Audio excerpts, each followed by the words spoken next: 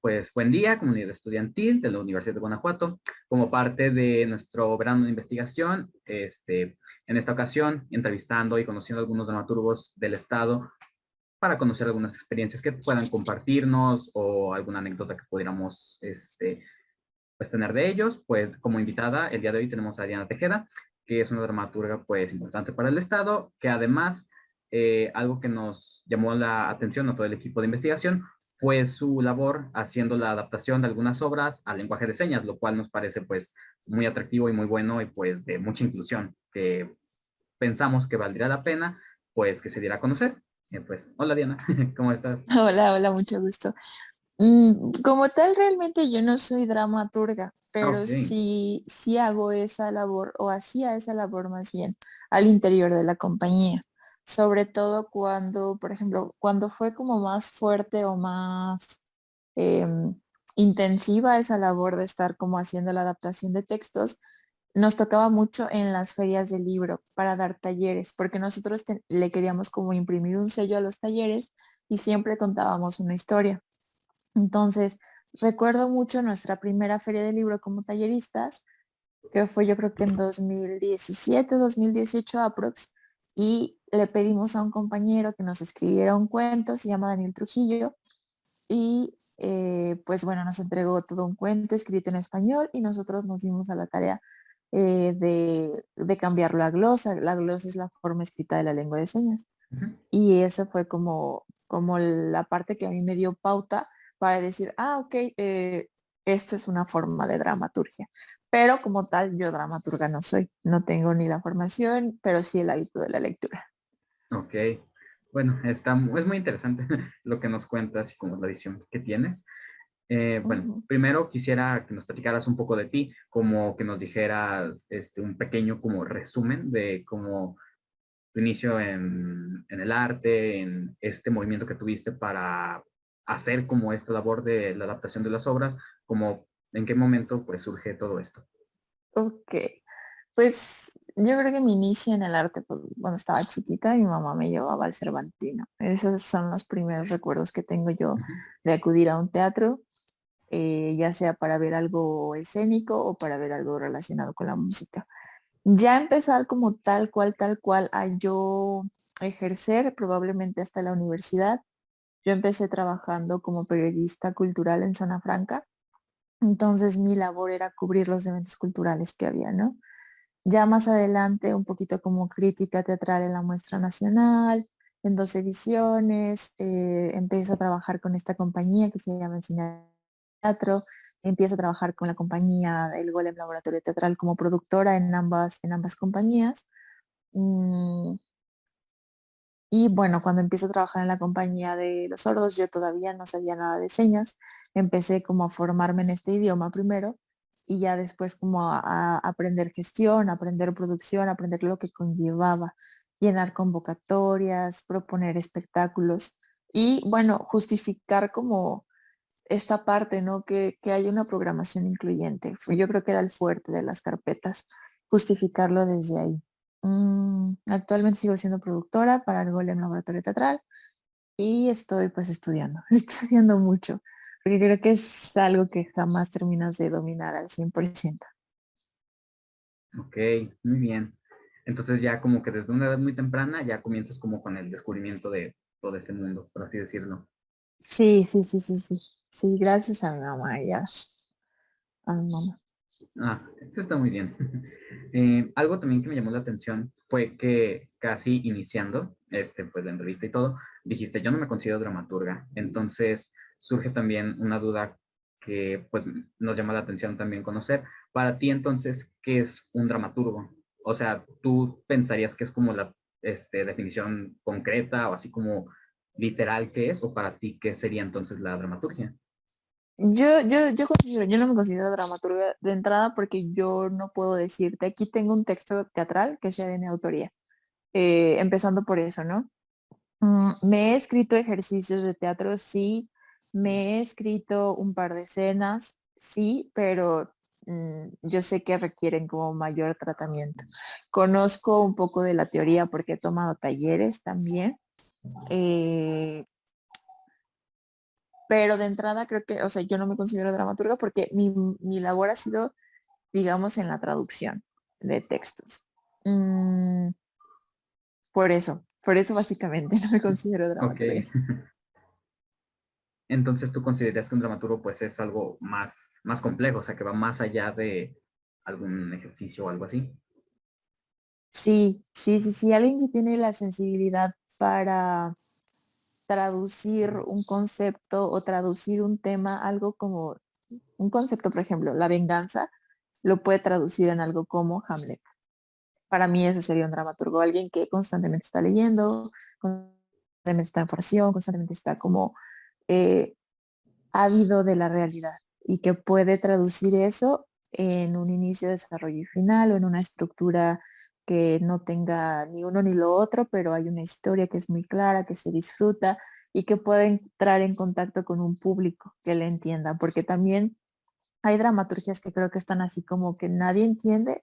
Y entonces, bueno, realmente cuál es la finalidad de algo que solo tú entiendes. Qué tan compartido eres al momento de escribir? ¿Ve? Porque el teatro no es solo para el dramaturgo y por el dramaturgo, sino conlleva todo un equipo y conlleva un público. Entonces, sí, creo que para mí ese sería un dramaturgo. Ok.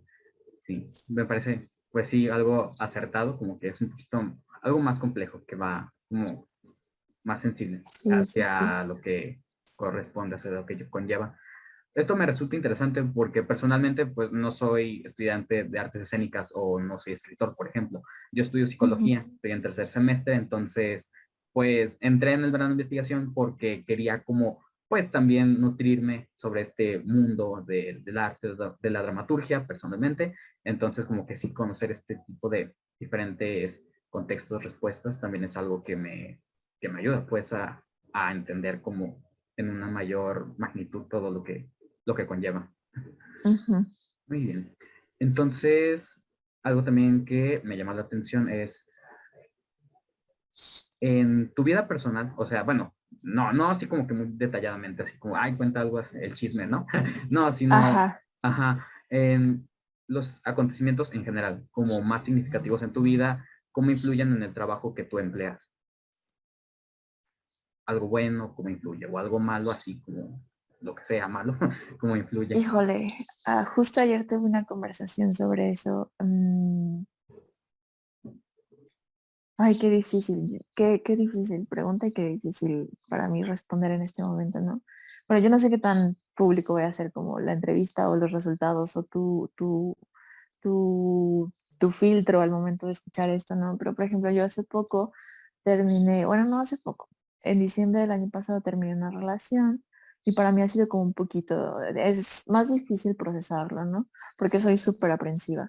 Entonces, justo ayer estaba hablando con el director de la compañía y me dijo así como, yo sé que estás como en un lugar que no es el ideal emocionalmente, pero la vida sigue, una y dos, yo necesito cosas, ¿no? O sea, cumple con lo que tú dices que eres, o sea, una productora. Entonces yo ayer me quedaba así como, hoy, de entrada dije, no le vuelvo a decir cómo me siento, ¿no? Pero luego dije, sí es cierto, quizás he sido, según yo he sido más productiva que nunca. Llevo dos estrenos, eh, no más bien, llevo dos estrenos, he quedado en convocatorias internacionales, perdón, que me interesaban mucho, pero digo, bueno, ya todo esto, después de logrado el estreno, ¿qué seguimiento le he dado, no? Ahí va más como no llamada de atención, pero esta discusión con mi director. Entonces a mí justo ayer me quedé mucho pensando en eso, así como quizás mantenerme ocupada o mantenerme como estrenando cosas funciona de primera entrada, pero no es todo el proceso de llegar al estreno. El proceso conlleva estreno, funciones, temporada, eh, meterlo a convocatorias, festivalearlo, etc, etc, etc. Y yo como por estar en un lugar de sentir que no me quiero no mover, mm, siento que, ok, ya llega el estreno y como que me desentiendo, ¿no? O a ver qué sigue otra cosa, otro estreno. Pero también, según yo, he tenido mucho cuidado de respetar, pues, mi duelo, mi melancolía, que sí, esto, lo otro, aquello, porque también algo que valoro mucho después de esta ruptura es que he estado súper tranquila. Entonces, sí influye y bastante. Sobre todo porque el teatro es algo que, sin deleznar las demás profesiones, pero el teatro es un oficio que se nutre de lo que tú estudias, que se nutre de lo que tú ves, que se nutre de lo que sientes. Entonces, si yo no estoy al 100, se nota al interior de la compañía. Mm, Sobre todo porque también es un director que exige disciplina, exige con todo el profesionalismo que hay, pues que las cosas funcionen. Y ahí hay una tuerca en mí que sabe él que no estoy al 100. Entonces, de repente se nota, de repente no se nota, de repente podemos llegar a acuerdos, pero sí se sabe pues que yo no estoy en el mejor de mis momentos. Aunque probablemente las estadísticas digan otra cosa. O sea, yo recuerdo el año pasado, quizás no tuve tantos estrenos como este año, pero sí hay algo ahí que bota, ¿no? Y que agradezco que el equipo me cuide en vez de decir, ok, otro estreno más y ya cerramos como la fábrica de estrenos. Es como, no, a ver, pausa, ¿qué está pasando contigo? Ujú.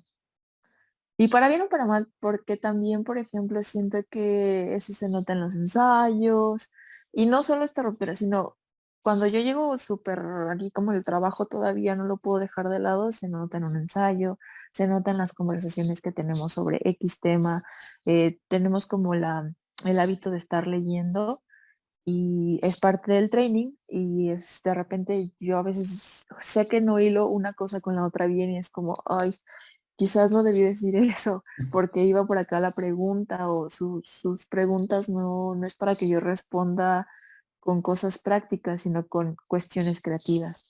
Entonces sí influye tanto si llego conmovida, como si llego triste, como si llego sensible, como si llego con hambre, sí influye mucho. Y claro, claro que sí, o sea, un tiempo también estuve como actor en una compañía de teatro por parte de la preparatoria oficial de Irapuato. Ujú, Entonces siempre nos decían como que en los ensayos el aquí y la hora es lo importante. Entonces olvídate de los problemas, lo que puedas tener, lo que pueda haber en el mundo exterior, porque tú estás aquí ahora. Y pues sí, uno claro. comprende por qué se dice, pero claro, uno no deja de ser humano, uno no deja de sentir, uno no deja de tener su propia rutina. Entonces, como que de una olvidarse de todo lo que está pasando es complicado. Y uno quiera o no, pues claro que eventualmente esos problemas implican, pues, o sea, como que influyen en el trabajo que uno Ujú, tiene y siempre está de más, sí, no, más bien, nunca está de más decirlo. Muy bien. ujú, ujú. Siguiendo también, como también está, bueno, este tema, como de los eventos que acontecen y cómo nos afectan. ¿Ha habido algún, claro, o sea, pandemia 2020, eso ya lo tenemos claro, que existe, que sigue existiendo y que obviamente influyó en nuestra rutina de trabajo. Pero fuera de eso, ¿hubo algún otro acontecimiento como histórico que haya influido en tu carrera, pues, laboral? Sí, sí, sí, sí. De entrada, por ejemplo, la compañía tuvo su primer Fonca, la compañía de los sordos, y Fonca como Petit de la Ujú. versión de Contigo en la Distancia. Para mí eso fue histórico, ¿sabes? Pasamos de convocatorias municipales, estatales, que claro que conllevan un reto. Yo entré hace 4 años, 3 años aproximadamente. Y yo me acuerdo que para mí lo básico era como, ok, una feria de libro para calar como talleristas, una feria de libro para calar los espectáculos que ya se tienen en la compañía, para calarlos como parte de la programación. Y luego siguió una feria de libro en otro estado, la feria de Guadalajara. Entonces, para mí eran como paso a paso a paso, pudimos escalar también a que nos compraran giras a nivel estatal. Y dije, ok, ok. Y ya este año que lográramos consolidar una beca nacional para mí fue histórico, porque aparte no, bueno, Lomnitz allá con los chicos de Seña y Verbo lo decía muy bien, esto no es un grupo de terapia, es un grupo de profesionales. Y yo he peleado un poco y abogado un poco por lo mismo en mi estancia en la compañía. Mm, que fuera una labor profesional y que hubiera una calidad que el público pudiera decir, wow, me conmovió. Quizás no me gusta estéticamente, pero me produce cosas. O quizás la historia podría parecerme básica, pero la disfruté. Eso para mí era como muy importante, muy, muy importante. Entonces, para mí fue algo histórico tener este continuo en la distancia con la compañía, ¿no? Que también se dio, pero por otros tipo de gestiones con la compañía del Golem.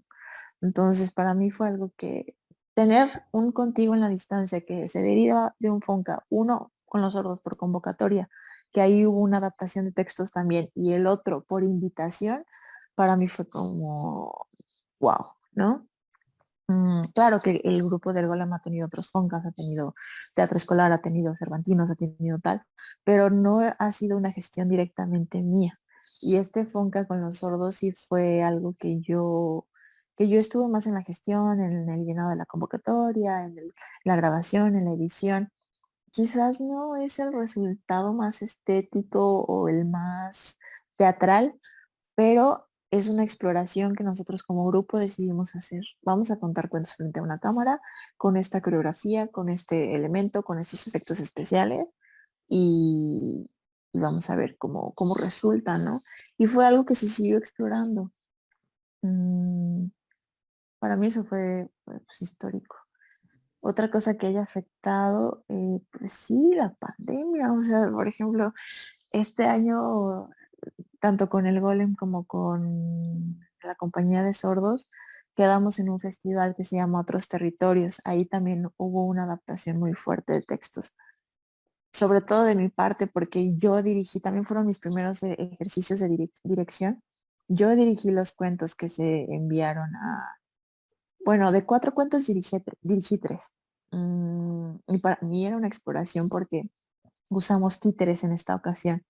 Entonces era un viaje de ver cómo convive un lenguaje que es manual con una técnica de teatro que también es meramente manual, ¿no? Y que de hecho de sus reglas básicas es como no anules al títere levantando la mirada o no anules al títere haciendo acciones tú, porque eso es la belleza del teatro de títeres, que todo radica, la acción, la palabra radica o la depositas en el títere.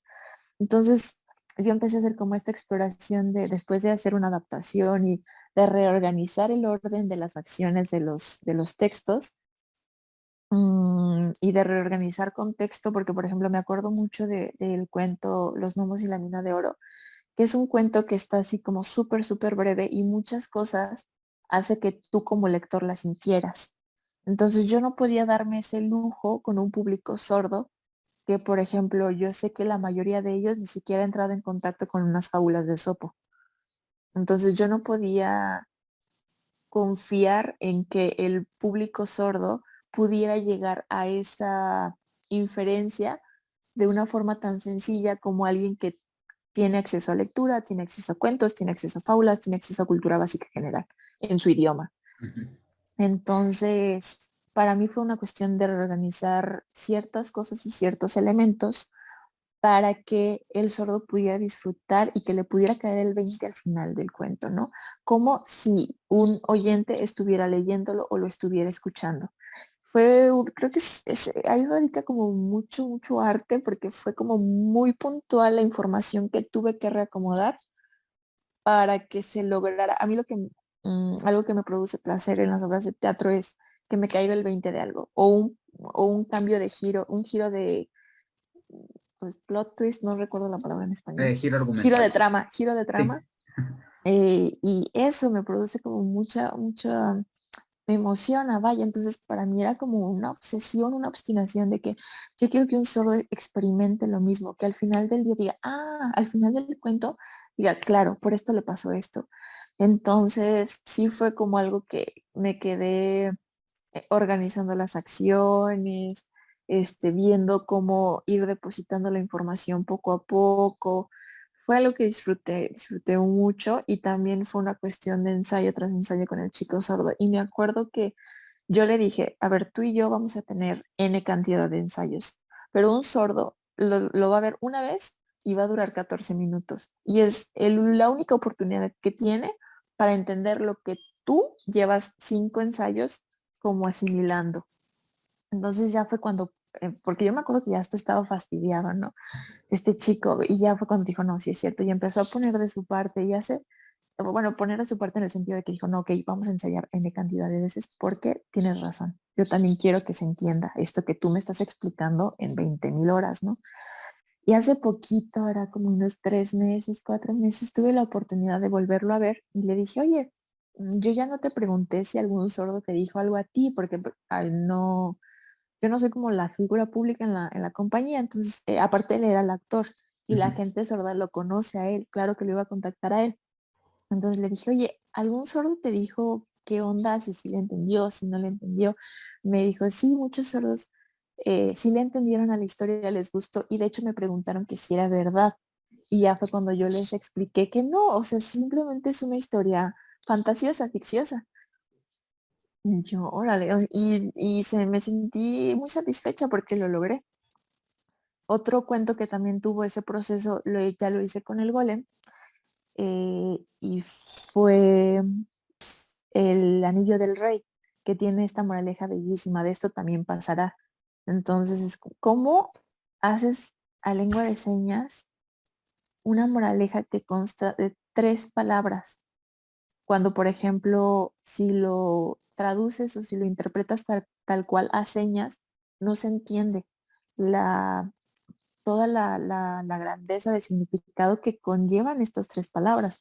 Entonces ahí también hicimos una adaptación para que se entendiera así como esto también se va a desvanecer o esto también va a acabar y conlleva otras señas, pues como más explicación.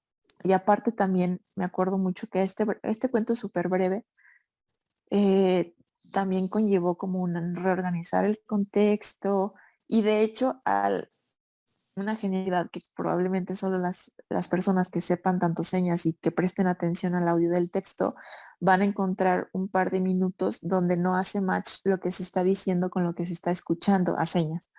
Y es porque yo estoy explicando algo que sé que el público sordo necesita ver para entender el resto de la historia. Y entonces lo camuflajeé un poco con un poquito de narración de que, ay, qué bonito reino y qué bonito, porque si lo explicaba a voz, se pierde la belleza de la moraleja. Para los oyentes, la moraleja viene al final. Para los sordos tiene que estar explicada a lo largo de la historia. Entonces también eso fue como otro reto y del cual digo, no sé si me siento satisfecha, pero estoy contenta con haberle entrado a esto, ¿no?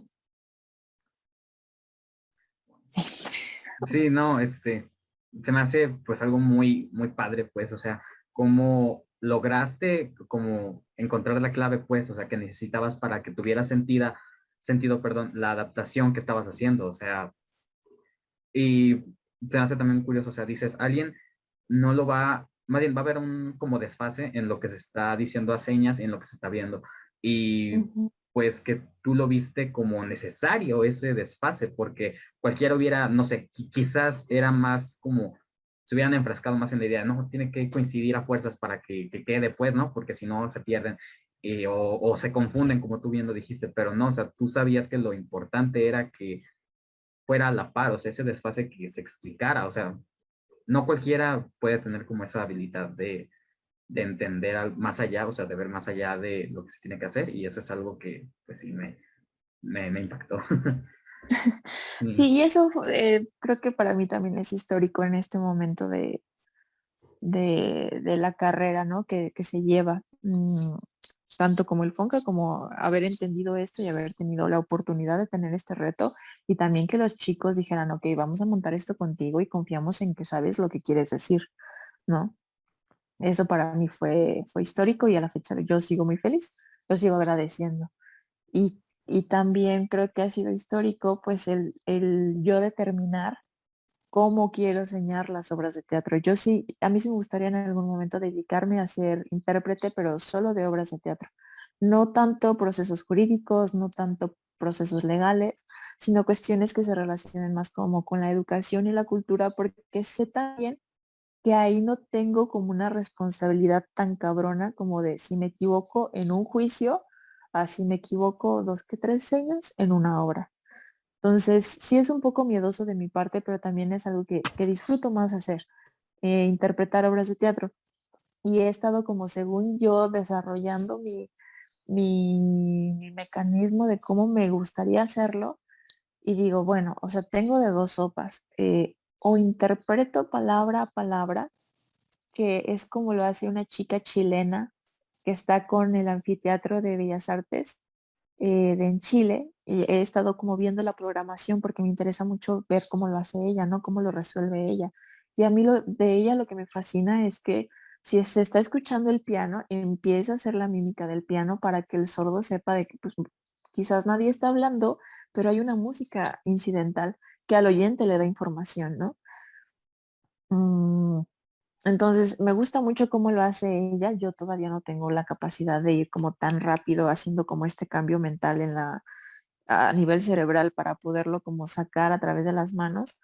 Pero también hace poquito me aventé a interpretar La Posadera y de hecho en La Posadera hay un actor sordo y lo acompaña todo el tiempo un actor vocal y es como un juego muy bonito, pero las partes en las que no se habla señas, yo entré porque había público sordo ese día y para mí fue muy bonito porque no lo hice palabra a palabra, pero les explicaba, ¿no? Ellos dos están peleando por ella.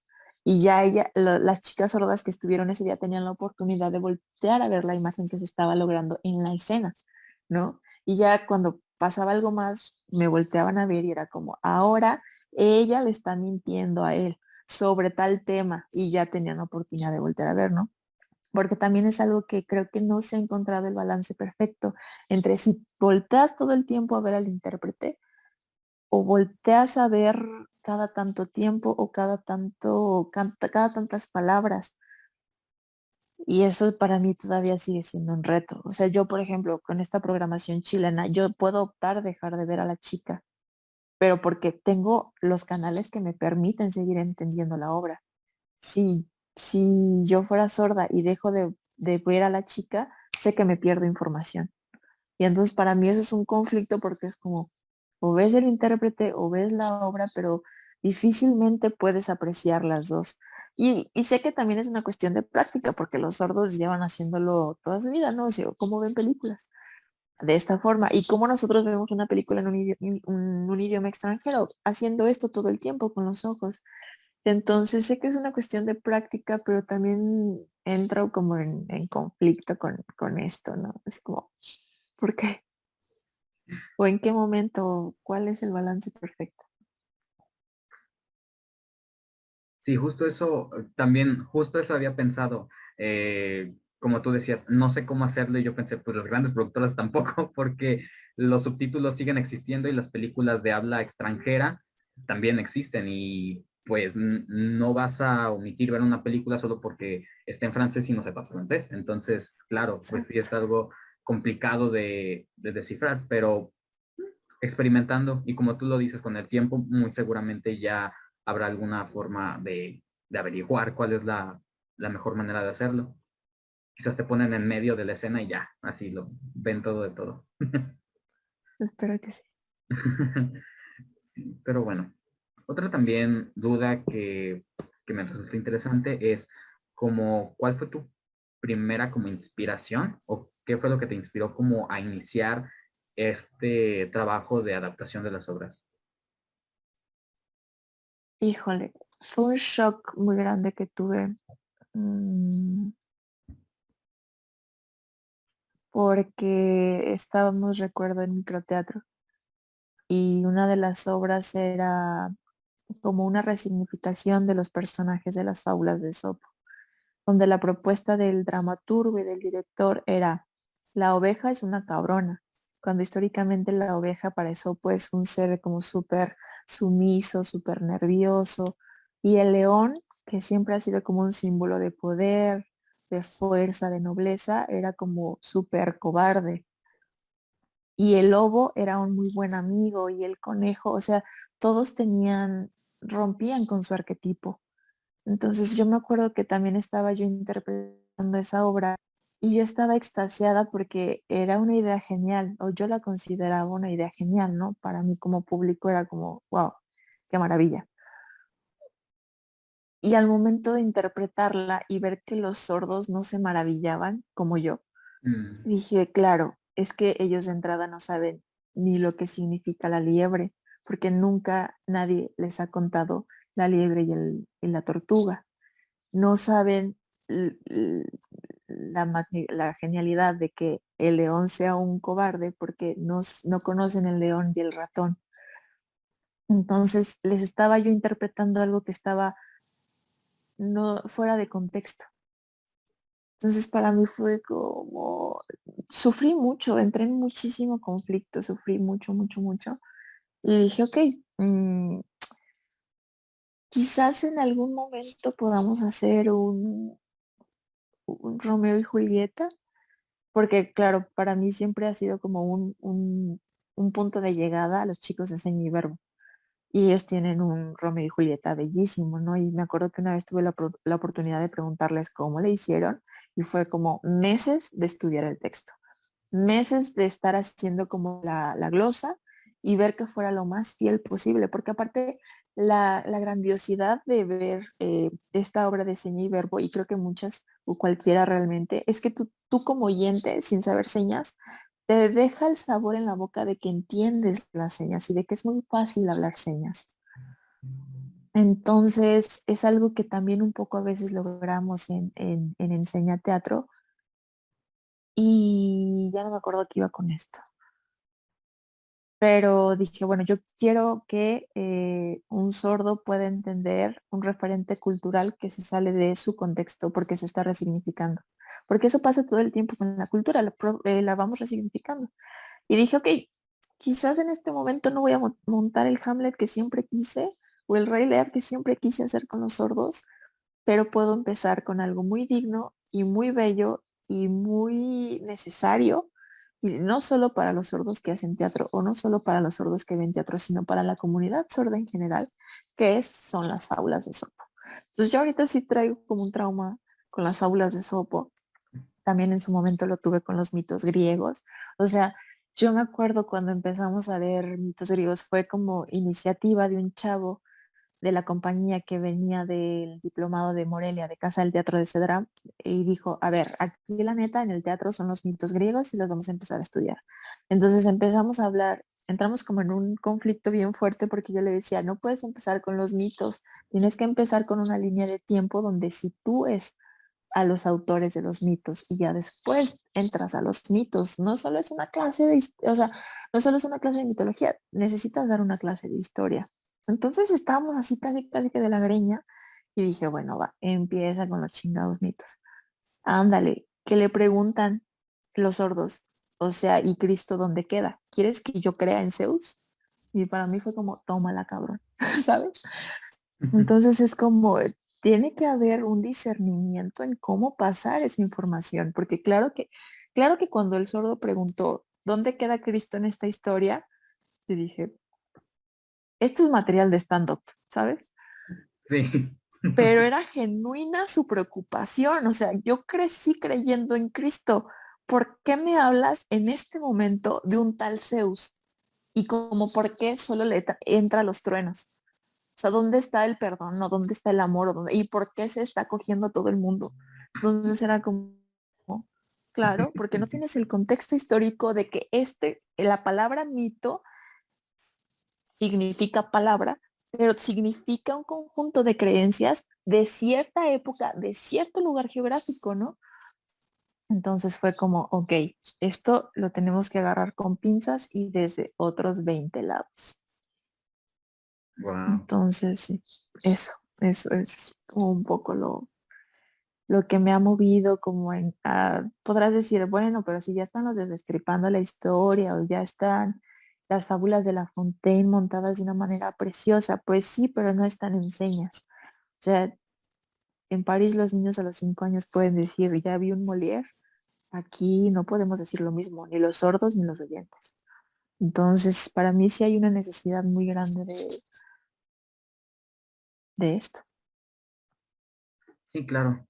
Sobre todo porque la inclusión hacia el mundo en general, incluyéndolos a ellos, pues se tiene que dar de una forma real o de una forma visible.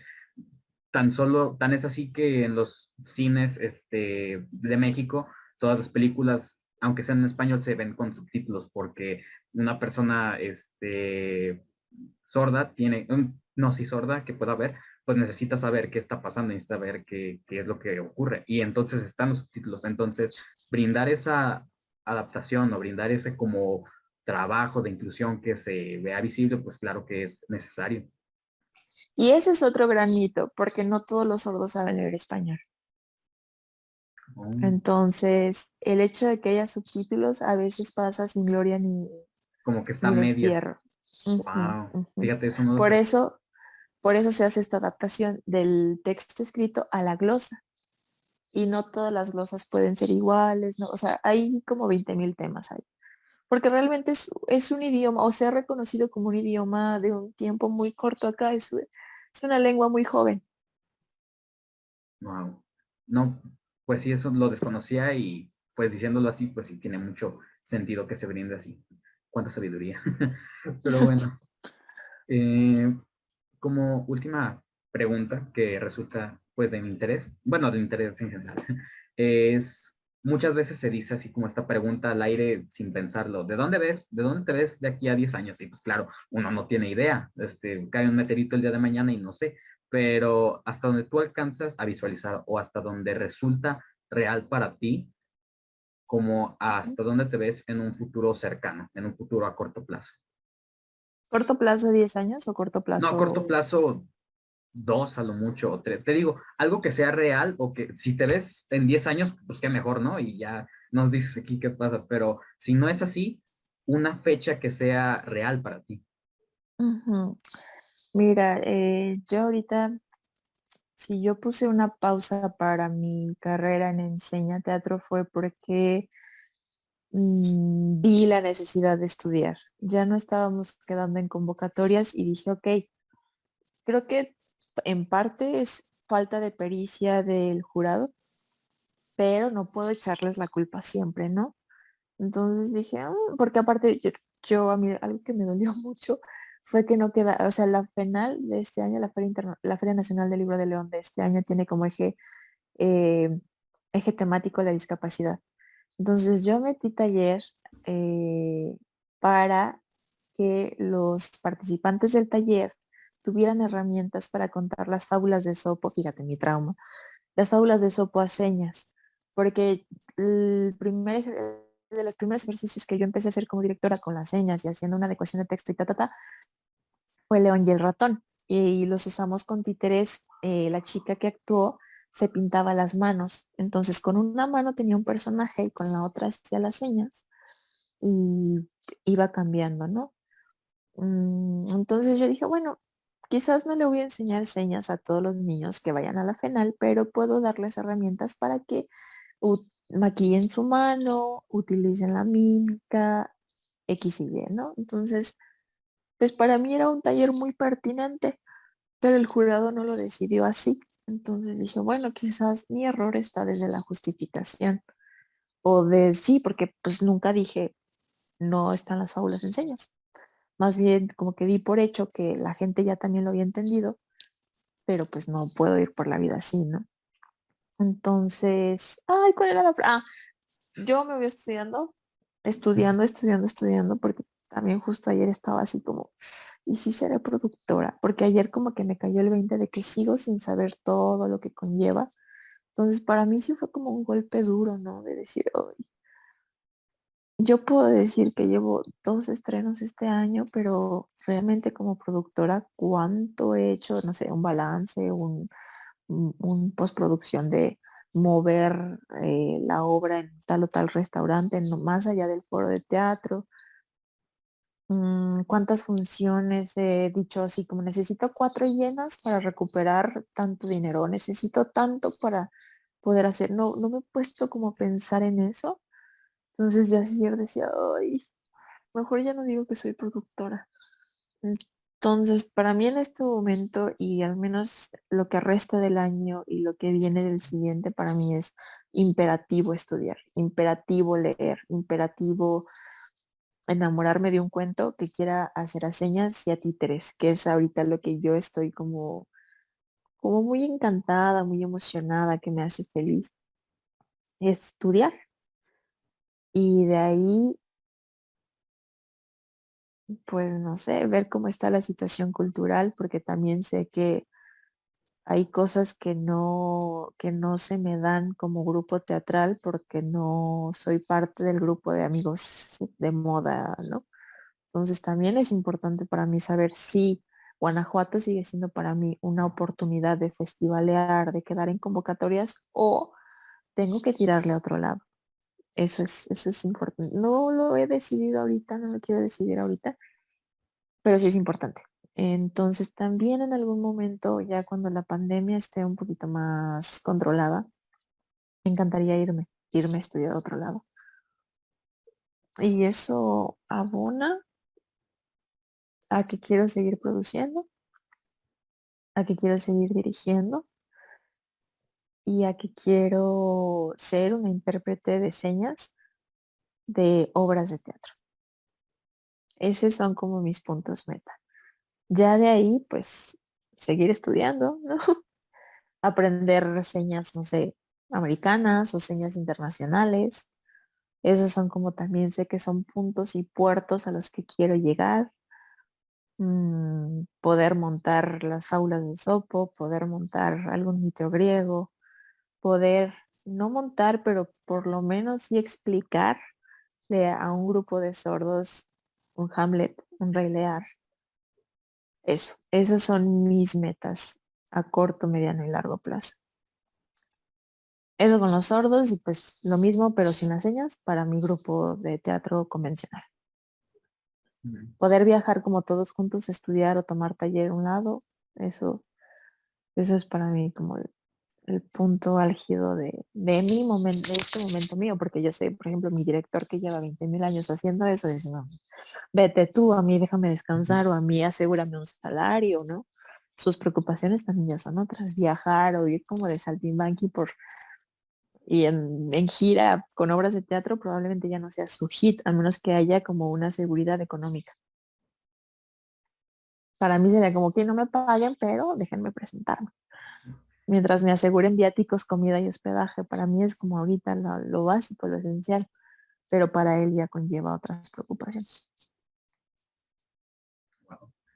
Pues se me hace interesante que tengas ya como una idea, porque muchas veces las personas llegan a un punto en el que es un abismo, en el que no saben qué hacer. E incluso para mí, como un estudiante, pues fácil, pues termino la carrera y ya, ¿no? O sea, es lo más corto, mediano que puedo decir.